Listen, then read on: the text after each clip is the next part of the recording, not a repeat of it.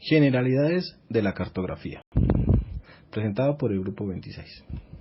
Artículo de las páginas del 1 al 5. Bueno, los mapas y sus propiedades. Bueno, el mapa es un sustituto de la porción de la superficie terrestre, la cual se va a estudiar, donde su función es representar visualmente una imagen. Los elementos esenciales de un mapa corresponden a un título, a una fecha de datos, a una fecha de publicación del mapa, a la leyenda, a la proyección y el datum, a la escala, al autor o a la fuente. Bueno, la escala expresa la razón de ampliación o reducción entre una distancia en el mapa y una distancia equivalente en el terreno. Bueno, cuando conocemos la escala de un mapa, esta pues nos permite medir las distancias, ¿no? Y determinar áreas y realizar comparaciones entre sí y entre diferentes objetos. Bueno, la escala, el factor de la escala es igual a una escala verdadera sobre una escala principal o nominal. Bueno, esta gráfica corresponde a una gráfica lineal, que este tipo de escala se expresa como una línea o una barra. En los mapas de gran escala se representa información en forma selectiva, los cuales permiten mostrar la realidad en forma más detallada. Bueno, entre ellos no existen términos grande, mediano o pequeño. Se utiliza aplicaciones cartográficas como, por ejemplo, está la de 1 a 50.000, que es una escala menor. La de 1 a 25.000, que es de gran escala. Y de 1 a 100.000, que es de pequeña escala. Y pues igual aquí la de 1 a 200, que es mínima, una pequeña escala. Calculando la escala del mapa. Pasos para calcular la escala de un mapa por método numérico. Paso 1. Determinar la escala a trabajar. Como nos muestra el mapa, observamos que tenemos varias escalas, dos mayores y una menor. Supongamos que vamos a trabajar con la escala de 1 en 25.000. Así determinamos que cada centímetro del mapa corresponde a 25.000 centímetros, que en la realidad serían 250 metros. Paso 2. Tomamos nuestro escalímetro y determinamos la medida de nuestra línea de colindancia en nuestro mapa para realizar el ejemplo. Paso 3. Una vez tengamos nuestro dato que equivale a 3,6 centímetros en una escala de 1 en 25.000, aplicamos la regla de 3 como podemos observar y obtenemos que la línea de colindancia de 3,6 centímetros nos da un valor de 90.000 centímetros y que al realizar la conversión correspondiente equivale a 900 kilómetros. Calculando la escala de un mapa. Método malla-puntos. El método malla-puntos consiste en calcular el área de un polígono utilizando una red o malla de puntos. El cálculo del área a través de la malla de puntos es un procedimiento tradicional y analógico que nos permite determinar el área. Una malla de puntos es un elemento que nos ayuda a determinar el área de una superficie dada, como una cuenca, un bosque, un municipio o una ciudad. Cada punto de la malla representa por lo general un centímetro cuadrado. Es importante saber que la escala, debido a que se multiplica la escala en una relación del área. Por lo anterior, cada punto representa un centímetro cuadrado en la superficie del estudio. Paso 1. Como ejemplo determinaremos el área de un polígono X, como se observa en la figura 1. Determinamos los puntos del área del polígono teniendo en cuenta los internos como se observa en la figura 2 y los externos son la periferia del polígono como se observa en la figura 3. Paso 2. Se debe tener en cuenta los cuadros incompletos en la periferia del polígono como se observa en la figura 4. En la figura 5 podemos observar que los cuadros completos que equivalen a 1 y los cuadros del perímetro incompletos tienen un valor diferente a 1. Como muestra la figura 5, el valor del cuadro del perímetro incompleto depende de la línea del trazado que divide el cuadro del perímetro. Para determinar su valor, hay que tener en cuenta que la determinación de los valores se realiza con menor error a medida que se consiga mayor experiencia en el manejo de la malla de puntos. Paso 3.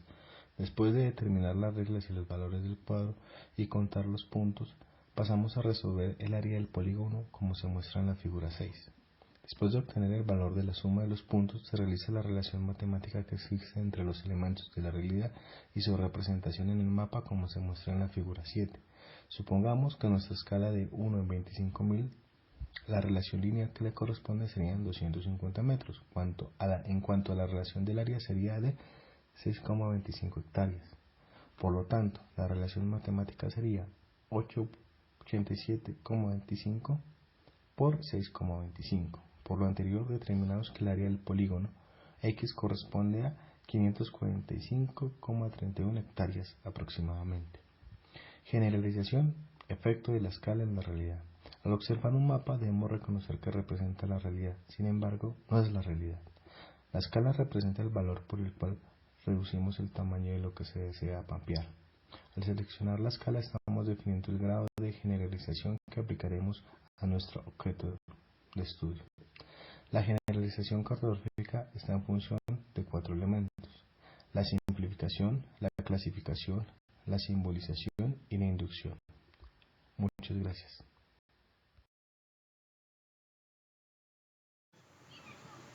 La simplificación hasta los efectos de la generalización cartográfica es un proceso integral y esencial de la representación cartográfica. Su finalidad es la de obtener mapas o planos a una escala menor con un objetivo gráfico diferente, para lo cual se han realizado un conjunto de tareas de adaptación simplificada del contenido de los mapas o de las fuentes.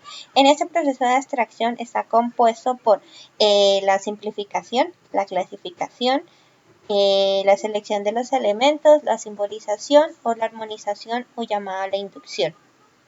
Para este caso, la simplificación cartográfica es adaptar los rasgos y características del mundo real a la escala elegida del mapa, manteniendo cuanto sea posible los fenómenos representados en los mapas. Por esta razón, los datos a representar en el mapa deben seleccionarse cuidadosamente, recomendando que el área disponible para la presentación, la realización, es un mapa en función a la escala y que la diferencia en el área entre dos escalas a una función de cuadrado en las diferentes escalas.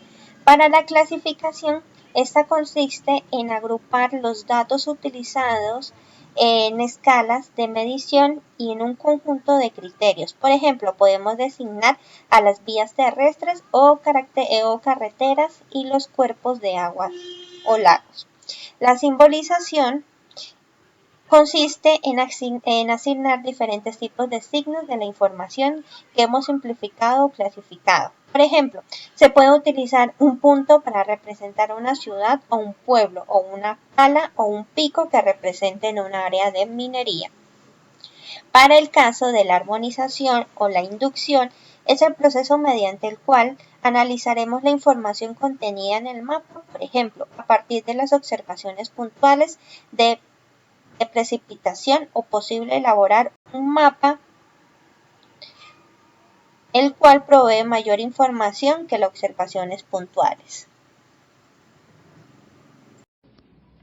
Los mapas y su clasificación. Los mapas generales muestran diversos atributos de un área geográfica y su función es ubicar el área de trabajo. Los mapas topográficos muestran detalles planimétricos como altimétricos de una determinada zona. Se dividen en los mapas cualitativos y los mapas cuantitativos de superficie. Los mapas cuantitativos de superficie están divididos en coropléticos y isopléticos. Distribución espacial de variables geoespaciales. Se evalúa desde la perspectiva de su continuidad en una determinada superficie. Así, por ejemplo, un edificio, una ciudad y un volcán están definidos por ciertos atributos y por su localización o posición geográfica. Características de las distribuciones espaciales en su tendencia o patrón en el espacio, en el cual se clasifican como uniforme y no uniforme, por ejemplo, la temperatura del aire.